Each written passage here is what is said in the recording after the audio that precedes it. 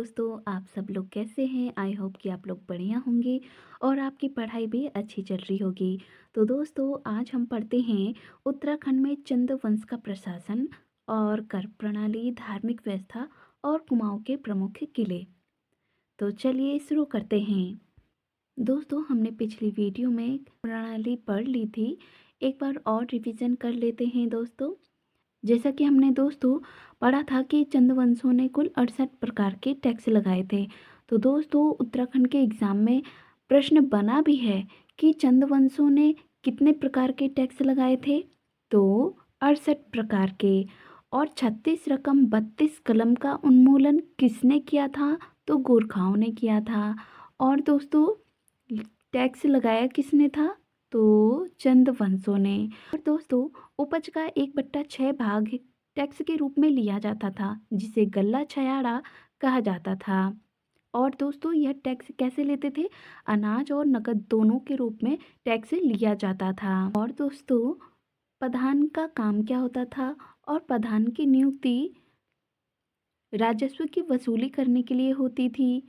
और ये पद जो होते थे वंशानुगत होते थे। प्रधान के नीचे कोटाल होते थे और जो प्रधान के लेखक का काम करते थे। आगे पढ़ते हैं दोस्तों, प्रमुख कर। हैं दोस्तों, प्रमुख कर जो आपका मोस्ट इम्पोर्टेंट है दोस्तों। यहाँ से बहुत ही प्रश्न बने हैं। तो चलिए पढ़ते हैं। जूलिया, जिसे सांगा टैक्स भी कहते, पुलों पर लिया जाने वाला टैक्स हुआ करता था। आगे बढ़ते हैं दोस्तों, सीरती। सीरती टैक्स क्या हुआ करता था दोस्तों? माल भाबर क्षेत्र और भूटिया व्यापारियों से वसूला जाता था और यह एक नगद टैक्स हुआ करता था। आगे बढ़ते हैं दोस्तों, बेकर। यह अनाज के रूप में लिया जाने वाला टैक्स था। मोस्ट इम्पोर्टेंट है दोस्तों। आगे पढ़ते हैं दोस्तों, राखिया, इसे रछैया भी कहा जाता था, जो सावन के महीने में रक्षाबंधन जनेऊ संस्कार के समय वसूला जाता था। नमक टैक्स उत्तराखंड के एग्जाम में पूछा भी गया है, मोस्ट इम्पोर्टेंट है दोस्तों। तो ये टैक्स क्या हुआ करते थे? नगद के बदले दिया जाने वाला अनाज। आगे पढ़ते हैं दोस्तों, मांगा टैक्स। यह भी दोस्तों उत्तराखंड के एग्जाम में पूछा गया है। तो दोस्तों पढ़ते हैं, मांगा टैक्स है क्या? युद्ध के समय लिया जाने वाला टैक्स। आगे पढ़ते हैं दोस्तों, साहू टैक्स, जिसे हम सावली टैक्स भी कहते थे। तो यह किस प्रकार का टैक्स हुआ करता था दोस्तों? लेखक को देकर। आगे पढ़ते हैं, गेली टैक्स। यह भी लेखक को देकर था। इसका उल्लेख मूला कोट के ताम्रपत्र में मिलता है। आगे पढ़ते हैं दोस्तों, खैनी कपिलानी टैक्स। यह दोस्तों कूली बेगार से संबंधित टैक्स हुआ करता था। आगे पढ़ते हैं दोस्तों, कटक। कटक शब्द का अर्थ क्या होता है दोस्तों? सेना। तो यह सेना के लिए लिया जाने वाला टैक्स हुआ करता था। आगे बढ़ते हैं, स्यूक। राजसेवकों के लिए लिया जाने वाला टैक्स। दोस्तों, न्योआली टैक्स। यह न्याय पाने के लिए दिया जाने वाला कर हुआ करता था। आगे पढ़ते हैं दोस्तों, भाग। भाग क्या था? घराटों पर लगता था। बजनिया। यह नर्तकों नर्तकियों के लिए लिया जाने वाला टैक्स हुआ करता था। आगे पढ़ते हैं दोस्तों, चौबदार। यह राजा की व्यक्तिगत वस्तुओं यथा तलवार, ढाल आदि को ढोने वालों के लिए लिया जाने वाला टैक्स हुआ करता था। आगे पढ़ते हैं दोस्तों, घोड़ालो। घोड़ालो किस प्रकार से संबंधित टैक्स हुआ करता था? तो दोस्तों, यह घोड़ों के लिए टैक्स हुआ करता था। आगे पढ़ते हैं, कुकुरालो। तो यह कुत्तों के लिए टैक्स लिया जाता था। आगे बढ़ते हैं, कमीनवारी, जिसे हम सयानचारी टैक्स भी कहते हैं।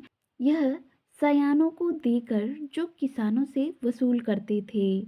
आगे बढ़ते हैं दोस्तों, कनक। यह सोका व्यापारियों से स्वर्ण के रूप में लिया जाने वाला टैक्स हुआ करता था। कल्याणी अधूल टैक्स। यह बरसात में सड़कों की मरम्मत के लिए लिया जाने वाला टैक्स हुआ करता था। तान या टांडकर दोस्तों, यह भी एग्जाम में पूछा गया है, मोस्ट इम्पोर्टेंट है। पढ़ते हैं, तान या टांडकर किस प्रकार संबंधित टैक्स हुआ करते थे? तो दोस्तों, सूती या ऊनी वस्त्रों के बुनकरों से लिया जाने वाला टैक्स हुआ करता था। मिझारी, यह भी एग्जाम में पूछा गया है। तो यह मिझारी किस प्रकार का टैक्स हुआ करता था? कामगारों पर लगाए जाने वाला टैक्स हुआ करता था। आगे बढ़ते हैं। रोलिया देवलिया दोस्तों, यह भी उत्तराखंड के एग्जाम में पूछा गया है। तो यह किस प्रकार का टैक्स हुआ करता था? राज परिवार के देवी देवताओं की पूजा के नाम पर लिया जाने वाला टैक्स। बलि या भोजन के लिए बकरे भी लिए जाते थे। आगे बढ़ते हैं। मोकर टैक्स हर परिवार पर लगा हुआ टैक्स हुआ करता था। आगे बढ़ते हैं।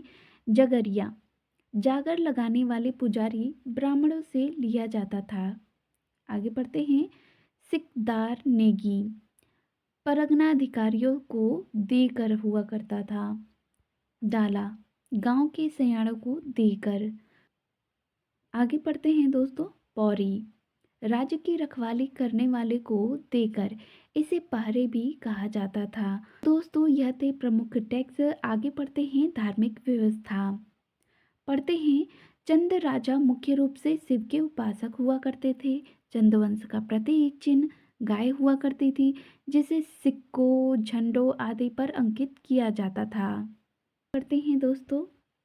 कुमाऊं में घर घर पूजे जाने वाले गंगनाथ देवता चंदवंश के राजकुमार थे। दोस्तों उत्तराखंड के एग्जाम में पूछा भी गया है कि कुमाऊं में घर घर पूजे जाने वाले देवता कौन से देवता हैं? तो गंगनाथ देवता हैं। आगे बढ़ते हैं दोस्तों। नेपाली भाषा नेवारी और खसकुरी का कुमाऊनी पर पूरा प्रभाव देखने को मिलता है। कुमाऊं में हिल यात्रा, आठू, देव यात्रा, पुष्ड़िया, घुरूड़ियाँ, घी त्योहार, हरेला, ओलग्या आदि सब नेपाली रीति रिवाज, पर्व और उत्सव हैं। पढ़ते हैं। बैजनाथ के मंदिरों में लक्ष्मी नारायण का मंदिर चंदों ने बनवाया था। लक्ष्मी नारायण मंदिर में सदैव एक नाग निवास करता था। आगे बढ़ते हैं। काशनी में पंचायतन प्रकार का मंदिर चंदों की ही देन है। आगे देवता का मूल भी नेपाल ही है और गोलू देवता का मूल स्थान चंपावत है। आगे बढ़ते हैं दोस्तों। सीरा में प्रचलित रौत देवता की पूजा का मूल भी नेपाल ही है। आगे बढ़ते हैं दोस्तों। कपाल में नाक के सिरे से लेकर ऊपर तक पिंठा लगाना नेपाल की ही देन है। चंदों का सवदाह स्थल जागेश्वर में था और जागेश्वर चंद वंश का मूल धार्मिक केंद्र था। आगे बढ़ते हैं। विंसर महादेव मंदिर शिवदेव ने बनवाया था। ईश्वर मंदिर तिरुमल चंद ने बनवाया था। मोस्ट इम्पोर्टेंट है दोस्तों, पूछा भी जाता है बिंसर महादेव मंदिर किसने बनवाया था? शिवदेव ने। और जागेश्वर के मंदिर को किसने बनवाया दोस्तों? तिरुमल चंद ने। अब चलिए दोस्तों पढ़ते हैं कुमाऊं के प्रमुख किले, अल्मोड़ा के किले के बारे में। तो दोस्तों खगमरा का किला कहाँ है दोस्तों? अल्मोड़ा में। और किसने बनवाया था? तो भीष्मचंद ने। आगे पढ़ते हैं। लाल मंडी का किला, जिसे हम फोर्ट मोइरा भी कहते हैं, तो इसको कल्याण चंद ने 1563 में बनवाया था। लाल मंडी को फोर्ट मोइरा का किला ई गार्डनर ने कहा था। पढ़ते हैं दोस्तों। मल्ला महल का किला, इसे रुद्रचंद ने बनवाया था। इसमें वर्तमान में कचहरी, जिलाधीश कार्यालय और अन्य कई सरकारी दफ्तर हैं। आगे बढ़ते हैं। नेथड़ा किला दोस्तों, यह कहाँ स्थित है? तो अल्मोड़ा में। पूछा भी गया है दोस्तों एग्जाम में, ये सारे महल पूछे गए हैं, तो आप लोग अच्छे से रिवीजन कीजिएगा। पढ़ते हैं। यह किला रामनगर गनाई मोटर मार्ग पर स्थित है और यह गोरखा कालीन माना जाता है। सियालबुंगा तो दोस्तों किसने बनवाया था? लक्ष्मी चंद ने। तल्ला महल किसने बनवाया था दोस्तों? उद्योग चंद ने। और मल्ला महल की स्थापना किसने की थी? तो रुद्रचंद ने। आगे बढ़ते हैं दोस्तों। सियोनराकोट का किला कहाँ स्थित है दोस्तों? अल्मोड़ा में। और लखनपुर का किला दोस्तों कहाँ स्थित है? अल्मोड़ा में। अब पढ़ते हैं दोस्तों पिथौरागढ़ के किले। गोरखा किला कहाँ स्थित है दोस्तों? पिथौरागढ़ में। सिमलगढ़ का किला, जिसे हम लंदन फोर्ट भी कहते हैं, तो कहाँ स्थित है दोस्तों? पिथौरागढ़ में। आगे पढ़ते हैं। सिराकोट का किला दोस्तों कहाँ स्थित है? पिथौरागढ़ में। पढ़ते हैं चंपावत के किले। राजबुंगा किला दोस्तों किसने बनाया था? तो सोमचंद ने, मोस्ट इम्पोर्टेंट है। चारा पढ़ते हैं चारान उचार किला, तो किस बनाया था? सोमचंद ने। चंडाल कोट का किला, इसे चौंदकोट और चंदकोट का किला भी कहा जाता है। इसका टीला राजबुंगा के सामने उससे भी ऊंचा है। आगे पढ़ते हैं सिरमोही किला, लोहाघाट के समीप सिरमोही गांव में स्थित है। चोर किला दोस्तों यह एग्जाम में पूछा भी गया है। तो इसका निर्माण किसने कराया? राजा कोरिल ने कराया था। पढ़ते हैं दोस्तों बाणासुर का किला, जिसे हम कोटालगढ़ का किला भी कहते हैं। तो इसका निर्माण बाणासुर ने करवाया था। यह लोहाघाट के समीप कर्णरायत नामक स्थान पर स्थित है। इस किले की लंबाई 80 मीटर और चौड़ाई 20 मीटर है और यह स्थानीय भाषा में इसे मारकोट का किला कहा जाता है। तो दोस्तों मोस्ट इम्पोर्टेंट है, आप लोग नोट डाउन कीजिएगा, अच्छे से रिवीजन कीजिएगा। और दोस्तों आपको ये कंटेंट कैसा लगा कमेंट में ज़रूर बताएं और लाइक शेयर सब्सक्राइब करना ना भूलें।